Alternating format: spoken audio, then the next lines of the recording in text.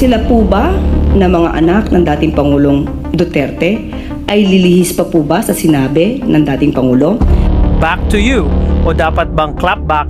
Ang sagot ng palasyo sa pamamagitan ng Palace Press Officer na si Auntie Claire Castro bilang tugon sa mga patutsada ng traidor at pro-Chi na makapili na si Davao 1st District Congressman Paulo Pulong Duterte. Meron po tayo dito, kung matatandaan niyo po, sinabi niya, Duterte says he is inutil, cannot do anything against China Sea aggression.